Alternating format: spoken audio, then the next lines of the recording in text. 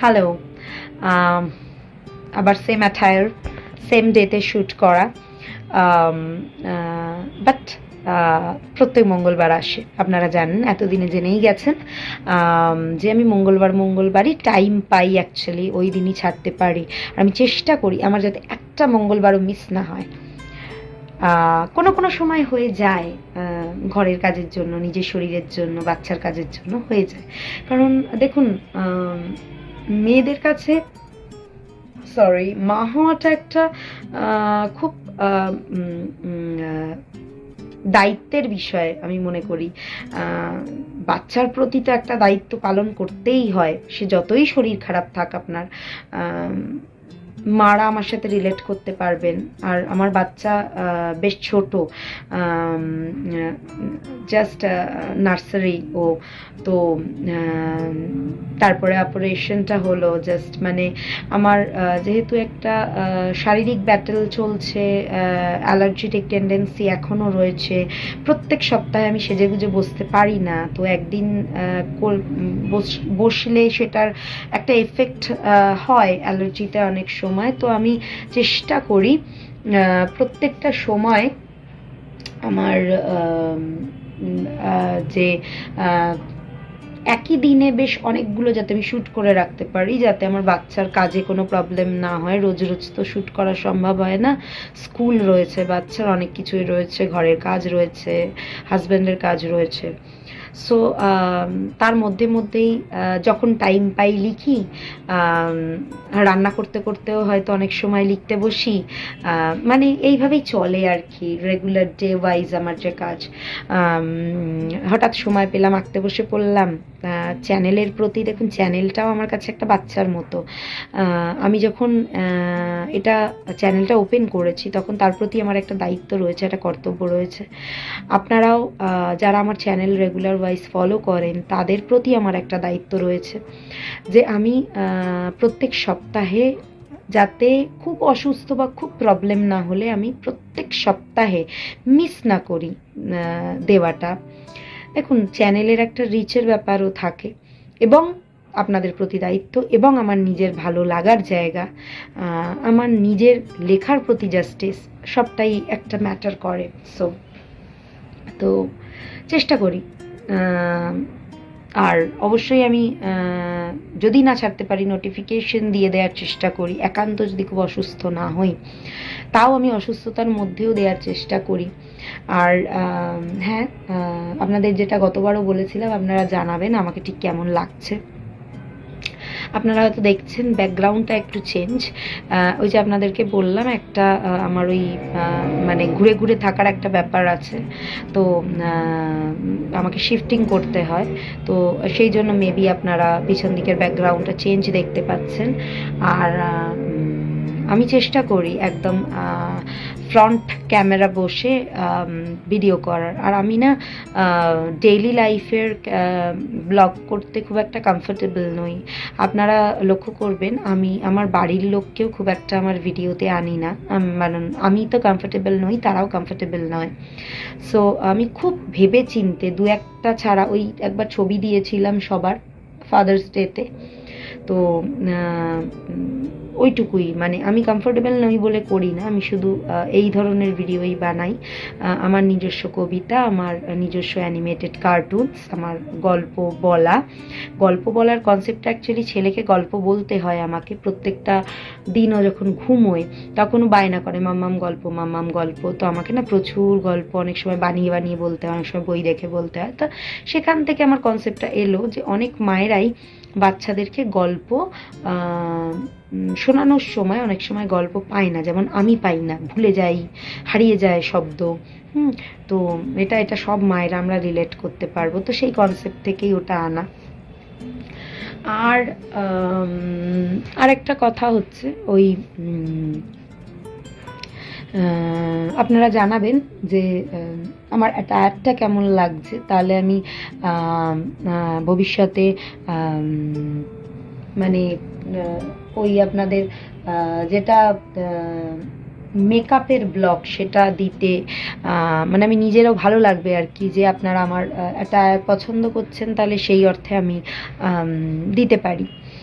তো অবশ্যই আপনাদের কাছে রিকোয়েস্ট থাকবে আপনারা বেশি করে শেয়ার করবেন যাতে সবার কাছে আমার ভিডিও পৌঁছতে পারে, তারাও যাতে এন্টারটেন হন, আমার কবিতা তাদেরও যাতে ভালো লাগে। অবশ্যই দেখুন, আমি এই প্ল্যাটফর্মে কাজ করতে এসেছি, আমি তো চাইবই আমার চ্যানেল গ্রোথ হোক।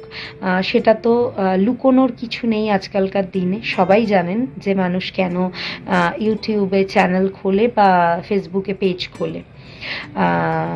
কিন্তু আমার একটা বিষয় হচ্ছে, আমি নিজের যেটুকুনি স্কিল রয়েছে সেটুকুনি দিয়ে আপনাদেরকে এন্টারটেন করার চেষ্টা করি।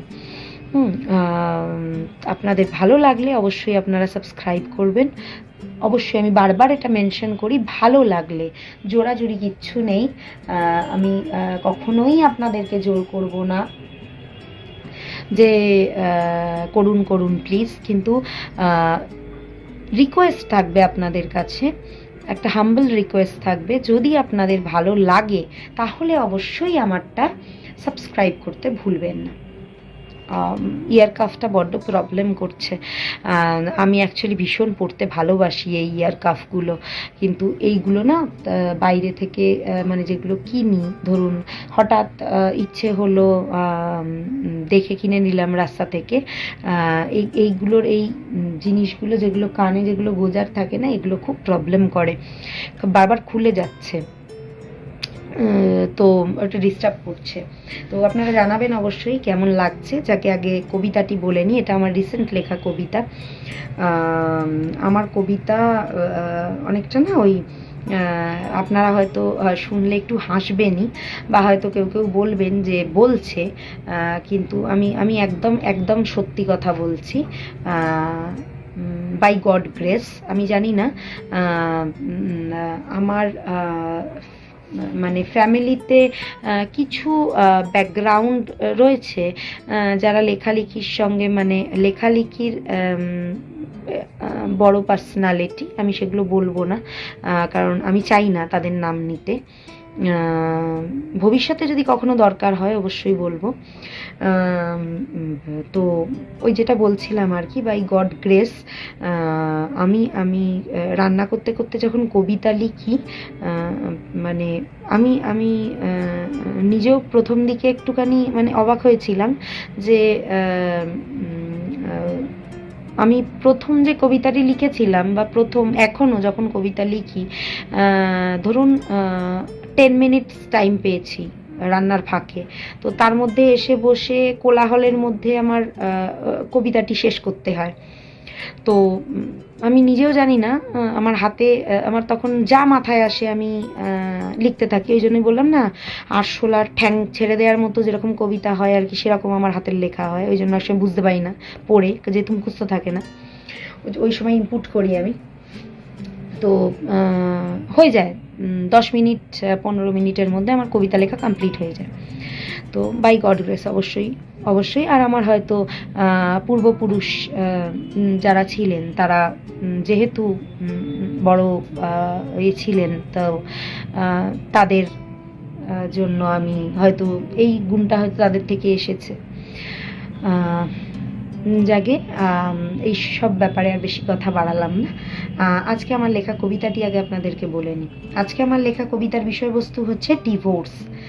ডিভোর্স শব্দটা এখন শোনা যায় অহরহ, যা সম্পর্কের খানিকটা হলেই পরিস্থিতি অঙ্কলনের দর্শনবহ, যা সম্পর্কের খানিকটা হলেও পরিস্থিতি আঙ্কলনের দর্শনবহ বা অঙ্কলনের দর্শনবহ।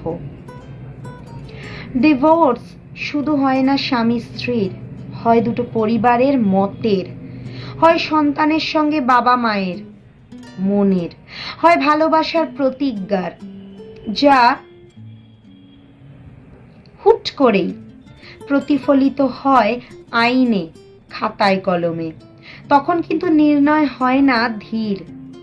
আমার মনে হয় মানুষ এখন যত তাড়াতাড়ি সাথে থাকার অঙ্গীকারে আবদ্ধ হয়, দুদিনের আলাপেও তার থেকেও বেশি তাড়াতাড়ি সিদ্ধান্ত নেয় ডিভোর্সের। তাতে কিন্তু দোষ অবশ্য এখন হয় শুধুই একটা মেয়ের, যাকে যাক সেসব কথা না হয় বাদই দিলাম এখন, সেসব কথা না হয় বাদই দিলাম এখন। সেসব নিয়ে কথা বাড়ালে ঢুকে পড়ব অন্য টপিকে, ঘুরে যাবে মন। ডিভোর্স যেমন সত্য এখন ক্যাজুয়াল ঘটনার মতো, তাতে কেউ খুব একটা দেয় না আমল। সে লোকে করুক সমালোচনা যত, সমাজকে বলে দেখিয়ে বুড়ো আঙ্গুল, সমাজকে বলে দেখিয়ে বুড়ো আঙ্গুল। লোকে বলবে যত কথা অন্য মানুষটা, লোকে বলবে যত কথা অন্য মানুষটা যুক্তি দিয়ে সেই কাজই করবে তত। না না, এটা আবার ভাববেন না যে আমি বলছি না মানাতে পারলেও থাকতেই হবে একসঙ্গে।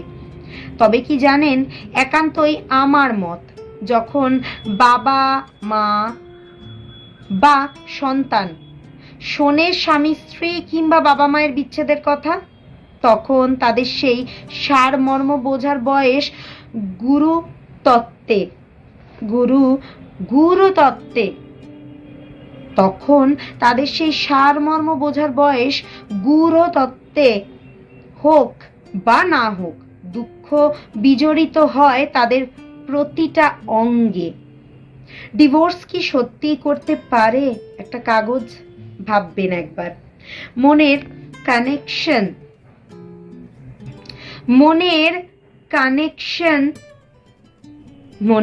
কানেকশনের সাথে স্মৃতির মিশ্রণ কি সত্যি ভগ্ন হয়? আবারও বলছি, ভাববেন আর একবার দিয়ে মগজ। ধন্যবাদ। আমি জানি বিষয়টা কিন্তু তার্কিক, ডিবেটেবল, সবাই আমার সাথে একমত নন, এটা সম্পূর্ণ আমার মত।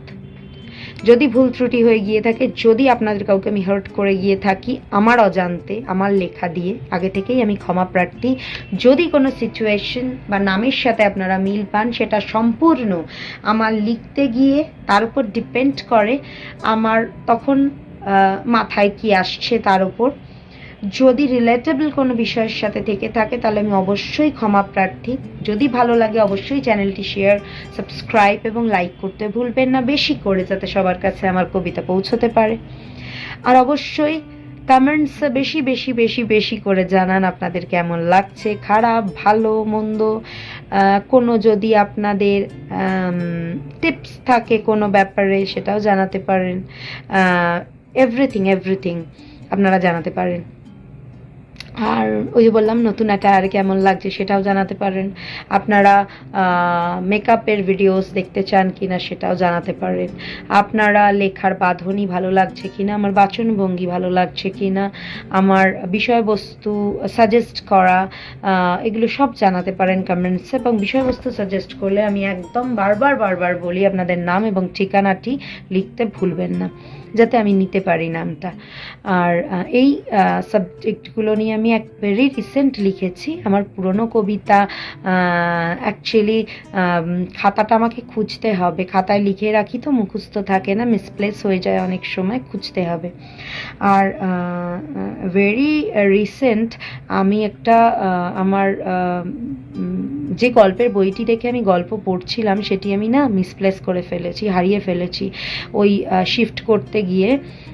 তো এবারে আমার যে এই সপ্তাহের বা পরের সপ্তাহের পর আমার যে গল্পগুলো আসবে সেগুলো কিন্তু ওই অথরের লেখার ওইটুকুই আমি পড়তে পেরেছিলাম, তারপর বইটা খুঁজে পাচ্ছি না আমি। বাদ বাকিটা আমি নিজে বানিয়ে বলবো বা নিজে লিখে বলবো। আপনারা অবশ্যই জানাতে ভুলবেন না যে কেমন লাগলো, কারণ আমি এর আগে কোনোদিন গল্প লিখিনি, আমার কোনো এক্সপিরিয়েন্স নেই। ছেলেকে বানিয়ে বলি তো ওই থেকেই আর কি করব। আর আপনাদেরকে গত ভিডিওতে আমি এভরিথিং বলেছি, আজকে আর অত বড় লেন্দি ভিডিও করলাম না। শুধু একটা কথা বলবো যে ভালো লাগলে, আপনারা দেখছেন, আমি দেখতে পাচ্ছি আপনারা প্রচুর ভালোবাসা দিয়েছেন, এখনও দিয়ে যাচ্ছেন, স্টিল নাও। আমি যখন অসুস্থ ছিলাম তখন আপনারা আমার পাশে ছিলেন। Very big clap for everyone. আমার যত লোক আছেন যারা আমার সাবস্ক্রাইবার, যারা আমার ভিডিওস রেগুলারলি দেখেন বা নতুন দেখছেন, তাদের প্রত্যেকের জন্য এটা আমার কর্তব্যের মধ্যেও পড়ে জানাটা যে আপনাদের কেমন লাগছে আমার এই লেখাগুলো বা বাচনভঙ্গি বা যাই বলেন, এভরিথিং যেটা আমি বললাম আপনাদেরকে। হ্যাঁ, আর আশা করি আজকে কিছুটা দৃষ্টিনন্দন মেকওভার বা মেকআপ করতে পেরেছি। খুবই লাইট, মানে আমি লাগাতে পারছি না অনেক কিছুই মুখে। তো এনি ফাউন্ডেশন বা এগুলো আমি একদমই ইউজ করতে পারছি না। খুব লাইট, যেটা শীতের ক্রিম হয় সেই সব ক্রিম আর একটু লিপস্টিক, আর এছাড়া আমি কিছুই লাগাতে পারছি না। তো মানে ভয় করছে লাগাতে পারছি না অর্থে দেখুন, একে তো আমি যেহেতু ওই একটা অ্যালার্জিক রিয়াকশন হয়েছিল, আমার মধ্যে একটা ভীতি কাজ করছে লাগাতে, যে আবার ওই রকম একটা অ্যালার্জিক রিয়াকশন হলে মুশকিল। দেখবেন আমি সব সময় না নেল পলিশও পরি না, কাজে বাড়িতে না আমাকে দেখলে আপনারা হয়তো মানে চিনতেও পারবেন না আর কি, মানে যেরকম অ্যাটায়ারে, হ্যাঁ এখন হয়তো পারবেন, কারণ আমি এর আগের কবিতাগুলো যেগুলো দিয়েছি সেগুলো বাড়ির অ্যাটায়ারে দিয়েছি, এখন পারবেন, সেটা বলাটা ভুল, আপনারা চিনতে পারবেন না সেটা। মানে আমি অ্যাপোলজি চাইছি তার জন্য যে আমি বলে ফেলেছি কথাটা। তবে হ্যাঁ, আমি যেহেতু বাড়িতে খুব খুব খুব নর্মাল থাকি, মানে কোনো রকমের কিছু মাখা বলুন, কিছু মুখে মাখা বলুন, এই জিনিসগুলো আমি একদমই আমার মেনটেন করা হয় না। হ্যাঁ, তো আমি জানি সেটা খুব একটা ভালো হ্যাবিট নয়। বা ওই যে বললাম আমি পার্লার একদম যাই না, যেটুকুনি করার আমি বাড়িতে করি। তো আমি কোথাও যাওয়ার আগে খুব প্রেজেন্টেবল হয়ে যাই। হ্যাঁ, হঠাৎ করেই একটা তাগিদ চলে আসে, না বাইরে যাচ্ছি মানে নেমন্তন্ন পড়েছে, মানে একটা প্রেজেন্টেবল লুক নিতে হবে। তো সেই সময় মানে যেহেতু আমাকে কেউ সেজেগুজে দেখে না, তো অনেক সময় না লোকে আমাকে মানে চিনতে পারে না। অনেকের মুখে আমি কথাটা শুনেছি, ওই জন্যই বললাম। জানি না কেন লোকে আমাকে চিনতে পারে না, মুখ তো আর মানুষের বদলায় না, মুখটা তো একই থাকে। তবে আমি জানি না কেন মানুষজন আমাকে চিনতে পারে না বলে। হ্যাঁ, তো এটা এটা এটা আমার হাজব্যান্ড একটা ভালো কথা বলে, সেটা আপনাদের সাথে শেয়ার করতে পারলে আমার ভালোই লাগবে। মানে খুব মজাদার একটা কথা বলে ও বলে যে আমার ভেতরে নাকি সুইচ সিস্টেম আছে। হ্যাঁ, মানে আমি যখন বাড়িতে থাকি তখন একটা সুইচ অন হয়, যেটাতে আমার অনেকটা ওই হয় না সেই জটাধারী ব্রাহ্মণ টাইপের একটা লুক হয় না, ওরকম একটা লুকে আমি থাকি বাড়িতে সব সময়। আর জাস্ট একটা বাড়ির অ্যাটায়ারে। আর যখন আমি কোথাও যাই, যখন আমি সাজগোজ করি, তখন আই অন দ্য সুইচ আর কি। হ্যাঁ, সুইচটাকে অন করে দিই আর আমি কনভার্ট হয়ে যাই। সো এই কথাটা আমার খুব হাস্যকর লাগে ও যখন বলে, কারণ আমি জানি না, মেবি ও যখন বলে আমি তখন রিলেট করতে পারি, হয়তো এই জন্যই আমাকে লোকে চিনতে পারে না। তবে চিনতে না পারাটা আমার একটু বিষয়টা অড লাগে, কারণ দেখুন, একটা মানুষের মুখ কোনো দিন পরিবর্তন হয় না, মুখ যেমন তার তেমনই থাকবে, বা কালার যেমন তার তেমনই থাকবে। আর আমি ভীষণ লাইট মেকআপ করি, আমি একদম হেভি মেকআপ করি না। তো আমাকে না চিনতে পারার বিষয়টা না আমি আজ অবধি বুঝতে পারলাম না। হ্যাঁ, মানে আমার একটা অপারেশনের পর আমার একটা ড্রাস্টিক চেঞ্জ হয়েছে আমার ফিগারে। আমি আগে একটু হেলদি ছিলাম, কয়েক বছর আগে, তো অপারেশনের আগে অবধি। এখন আমি একটু রোগা হয়ে গেছি, একটু মানে কি বলবো, দোহারা চেহারা হয়ে গেছে, মানে বেশ হয় না, বেশ রোগাটে হলে যেটা একটা মানে তোমায় ভারী কেউ বলতে পারবে না আর কি, মানে মানানসই আর কি। তো সেক্ষেত্রেও আমি অনেক সময় শুনেছি আমার নাকি বিরাট একটা ড্রাস্টিক চেঞ্জ হয়েছে বলে আমাকে অনেকে চিনতে পারছে না। তো মানে একটু আমার না একটুখানি অড লাগে বিষয়টা, অদ্ভুত লাগে যে মানুষের মুখ তো পরিবর্তন হয় না, তা মানুষ চিনতে না পারার বিষয়টা আমি ঠিক বুঝতে পারি না, আমার মাথায় ঢোকে না। প্লিজ পার্ডন মি আমি যদি কিছু ভুল বলে থাকি। আপনারা অবশ্যই জানাবেন, হ্যাঁ, যে আপনারা আমাকে এক সপ্তাহ আগে অবধি দেখেছেন যে আমি ওই রকম একটা বাড়ির অ্যাটায়ার লুকে বসে পড়েছি, এবং আজকে একটুখানি মেকআপ যাই হোক একটু লিপস্টিক একটুখানি কাজল লাগিয়ে বসেছি, আপনারা আমাকে চিনতে পারছেন কি না, এটা বিষয়টা আমার কাছে একটু হাস্যকর। তো সেই জন্য আর কি মানে নিজেকে আমি নিজে মাঝে মাঝে দেখে ভাবি যে আমি তো আমাকে চিনতে পারছি, কেন লোকে চিনতে পারছে না। হ্যাঁ, বেশ ইন্টারেস্টিং লাগে আমার কাছে বিষয়টা। তো হয় আমি আমি ভাবছি এই বিষয়টা নিয়ে একটা কবিতা লিখব। হ্যাঁ, যে না চিনতে পারার বিষয়টা, সুইচ সিস্টেম। সো কেমন হবে আমাকে বিষয়টা একটু বলবেন তো, জানাবেন তো। হ্যাঁ, আর অবশ্যই এভরিথিং যা বললাম অবশ্যই একটু মাথায় রাখবেন। আর আমি আশা করব আপনারা পুরো ভিডিওটা দেখবেন এবং আমাকে অবশ্যই কমেন্টসে যেগুলো আমি বললাম আপনারা একটু সময় বার করে নিজেদের কাছ থেকে যদি আমাকে জানান কমেন্টসে, বা যদি আমার ভিডিওটি দেখেন, বা যদি শেয়ার করেন, বা সাবস্ক্রাইব করেন, বা আমার ফেসবুক পেজ ফলো করেন। I I am I will be very glad. আমি ভীষণ মানে নিজেকে মোটিভেট করতে পারবো, আমার ইনার সেলফকে আমি ভীষণভাবে বুস্ট আপ করতে পারবো, লেখালেখির একটা আগ্রহ আসবে, এভরিথিং যেগুলো আমি বললাম সেই সমস্ত বিষয়ে আমার আগ্রহ আসবে, আমার ভালো লাগবে। আর আমি আমি আমি এটা আপনাদের কাছে হাম্বল রিকোয়েস্ট, যদি করেন আমি আমি আপনাদের সাথে সামনাসামনি দেখা না করতে পারলেও আমি আপনাদের কমেন্টসে আমি অবশ্যই মানে নিজেকে গ্ল্যাড ফিল করব আর কি, মানে নিজে গ্ল্যাড ফিল করব। Please pardon me about my words. অনেক সময় বলতে গিয়ে ওয়ার্ডে একটা হয়ে যায়।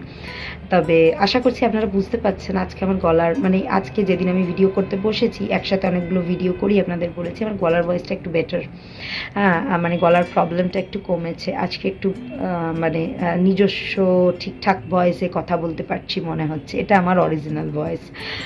আর আপনারা যেটা শোনেন ভয়েস ওভার, যেটা কার্টুনে শোনেন, সেটা হচ্ছে একটু চেঞ্জেবল ভয়েস আর কি। হ্যাঁ, ওটা আমি মডিফাই, ওটা কিন্তু অবশ্যই কোনো রকমের আপনারা ভাববেন না আমি কোনো ধরনের অ্যাপ ইউজ করি ওটাকে চেঞ্জ করার জন্য, কনভার্ট করার জন্য।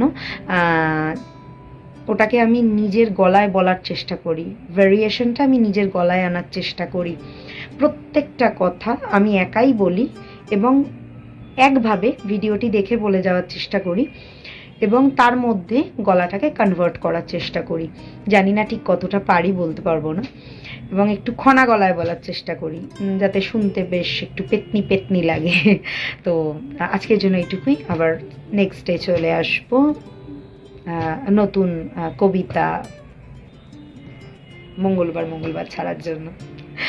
ভিডিও তো একই দিনে করা, সো